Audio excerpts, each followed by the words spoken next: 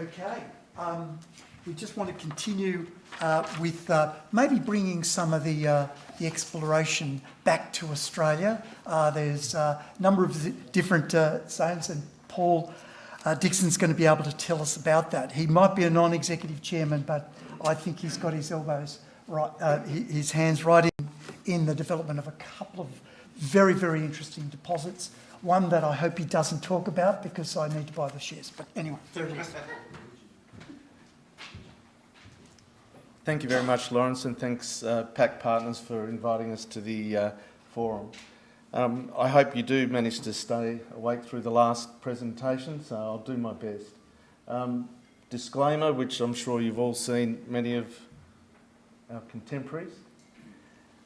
So, Alligator Energy, one of the key things I think being in the uranium industry is you must bring along stakeholders. It's absolutely crucial. And given that we started our life in Arnhem Land, whereby dealing with traditional owners and the Northern Land Council, we've been there 12 years or thereabouts and have a fantastic relationship with them. That has been one of our key components in operating, certainly in Arnhem Land. Landowners, I think that's another one I'd like to talk about. At our Samphire project, we certainly are looking at our business through the eyes of the stakeholders, because we plan virtual reality goggles for one of the farmers and showing him from his actual deck what a potential mine might look like, and where we might actually plant trees or do things to help them. So I think looking at your business through the eyes of your stakeholders is crucial, your team, and also the environment, where down at Samphire we've been collecting seeds and certainly been involved in active land management techniques. Our strategy, well, we started, as I said, we listed about 6 weeks before Fukushima hit, which was it was an event. We don't want to go through anything like that again, but it was very difficult. And we struggled for many years, surviving, maintaining cash. And our strategy back then was really around exploration, and it was up in Arnhem Land, which was hard work. But that said, we came out of the end of the bear market pretty much at the inflection point. We had a change with Greg Hall coming on as CEO, and I came on as chairman, and we said, well, you know, our market cap is pretty low. We had access to, we wanted to actually acquire a project. And we acquired Samphire for $4 million in scrip. And it came with 700,000 cash, by the way. So we thought we'd spent a lot of money over a lot of years exploring. And whilst, Peter, it was great exploration, we really didn't find the big one. So we thought it was time for a change. And so we acquired Samphire. We also did land bank some great properties in Arnhem Land. Narberlek North, we picked up without any cost to us, and the Beatrice project we picked up from Cameco for $1. So we did land bank certain assets that we think that later on in the cycle we can take advantage of. So that's certainly, and I won't really talk today about the nickel cobalt project at Piedmont, because that was just survival during the tough periods, so I won't talk about that one. Our strategy, we certainly formed a fantastic strategic relationship with Traxys, and they are going to provide a lot of marketing services to us. They've certainly been introducing a lot of utilities to the company in the States, and they've also helped us with project acquisition opportunities, and we were very aggressive early on. People don't know when you don't win a particular tender, but we were very active with Willow Creek for 2.5 years in the States trying to win that asset, and we had good backing from funds and also from Traxys during that period. So, and I will say that we're still actively looking, let's put it that way. The company Snapshot, you can see that our market cap's around 170 mil. We're well funded. We have about 25 million in the bank, which should certainly last us a couple of years. So we're certainly not short of a quid. And as with the chart, you can see, like most of the uranium companies, we all had that massive re-rating during late 21 and early 22, and then with the rest of the market, we've really just fallen by half and consolidated since then. But the company's got, I think, about 20% of our shareholders in the States. We've got quite a few in Europe as well, so we've got a broad and diverse shareholder base. And the near-term project, which I'll spend most of the time talking about, is the Samphire project. I put this slide up just to show a little bit what ISR mining looks like. And I asked Andrea, well, what does it all mean? And she said, well, the capillary style functions, and you've got injection wells and extraction wells, and they come back to a well house, and that's really the communications hub of an ISR field. Because I'm sure we're all used to open pit mining and underground mining, but what does an ISR field look like? Well, that's what one looks like. And you can see a roll front. There's an example of a roll front in picture 1 down the bottom. And I learned about roll fronts going out on site in January, February this year, looking through the core and having the geologist explain it to me. And you could clearly see the oxidised sections. You could see the upper limb and the lower limb. And then they were telling me about noses and all these other things. And I thought, oh, that's quite interesting. And the fact that you can actually have 2 or 3 roll fronts stacked on top of each other, which we certainly do have in certain sections. So it was quite interesting, and I couldn't really understand how you get scale out of something like that. And I said, well, surely it's got to go for kilometres this particular way. And I found out from Andrea that is correct, that's actually how you do get quite good scale. And we have found that at our Samphire project that through understanding the roll fronts, which is quite crucial, is we've found some very good high-grade sections, and I'll get on to that. So Samphire, 14.8 million pounds with 250 ppm cut-off and an average grade of 666 ppm.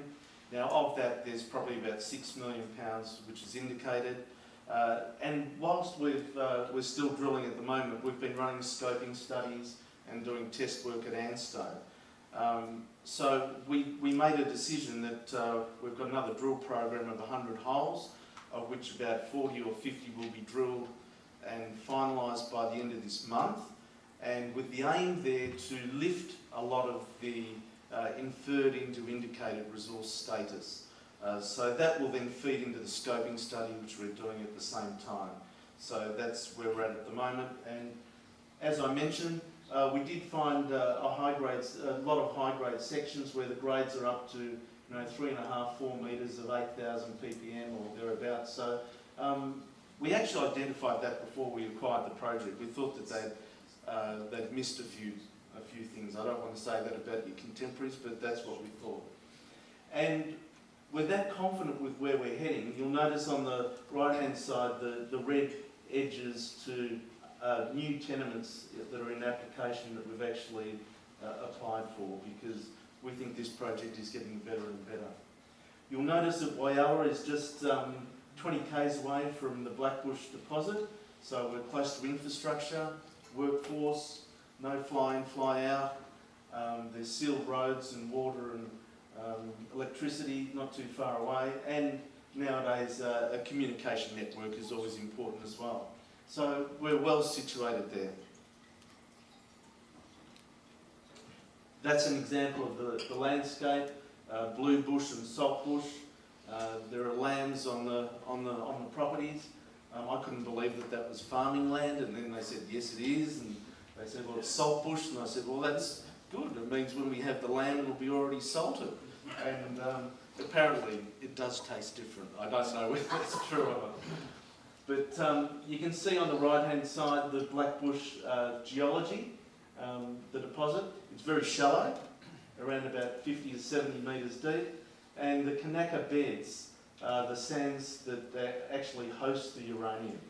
And I've had a look at the core, as I mentioned, and picked up the granules, and it's, as you know from oil and gas, porosity and permeability are crucial, When Andrea smiled with a beaming smile, she said, "This is even looking better than I thought." It made me feel very comfortable when your expert geologist tells you that.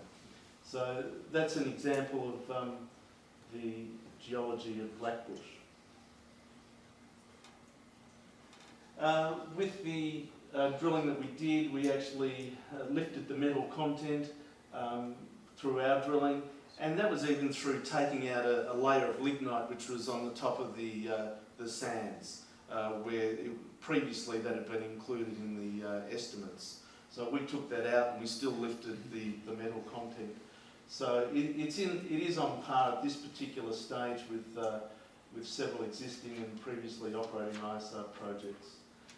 We believe that there's strong growth potential, and I'll show you that in some of probably the other slides we've got, where we show a lot more about the district and the potential there. But as I said, the aim at the moment is to lift the inferred to indicated, and we're hoping that we'll have another updated resource statement before the end of the year on that, and then that data will feed straight into the resource model so that we can put that into the scoping study. And here's a map of the 100 drill hole program that's currently underway. I don't know if I've got a pointer here. Oh, I have. Oh, beauty. Down this particular side is where we've been quite active prior to Christmas, well, in the last month, which is looking really good. And as you can see, these particular areas here are where we're trying to lift the inferred to indicated. Later on, next year, we'll come back and we'll do extensional drilling, where the blue little arrows are there. And I'd also like to show you in the next slide, good, here it is. This is only this section here we're only talking about there. Now, I just did a rule of thumb, put my thumbnail on it, and I thought, that's about 10% of the district. And I know that Andrea, picking up those extra tenements, she said she feels that this has district scale potential. And sometimes some of the best things are sitting under your own nose. And we certainly hope so here. We did extra geophysics to better define the paleo channels, and so we're very keen to start exploring around these other paleo channels. And Plumbush is a deposit, 13 million pounds, which we haven't even touched yet. So we'll certainly be much more aggressive with that next year. But we do think the area, as I say, has potential for additional satellite deposits. Timetable, resource update, as I said, should be another one before the end of the quarter. The ANSTO test work, that's well underway, and we're very comfortable with where that's heading. Scoping study, we get the extra, when we've had the resource update, that data goes into the scoping study. I think that'll probably push out to just early in the first quarter next year.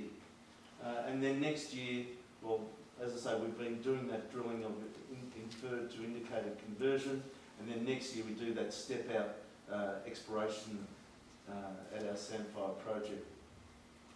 Additional gravity, I think we've talked about, and we've been running these regulatory approvals all the way through, because we all know that takes time. So mid next year to around about perhaps mid-year, there will be a field recovery trial on site, and we're sort of thinking that that might be around about $3.5 million to start that field recovery trial. And then it'll be really interesting to see the flow rates and the recoveries and the like. And now that I've done that, I think a little bit quicker than perhaps I thought I might, I've got a few other slides that I can get to. Particularly one of our favourite babies, the one that we floated on, and that was Tin Camp Creek, which is around here, and Caramel Project, which is £6.5 million at 3,100 ppm. As Pete would know, there's enough smoke and around here that I can't wait to at some stage get back. There was that clown feature we always wanted to drill, which was up here, which was the water was going 400 ppm as it was seeping through the sandstone. Needs drilling, mate. Needs drilling. It needs drilling, indeed it does. So we picked up the Beatrice project from Cameco for $1 down.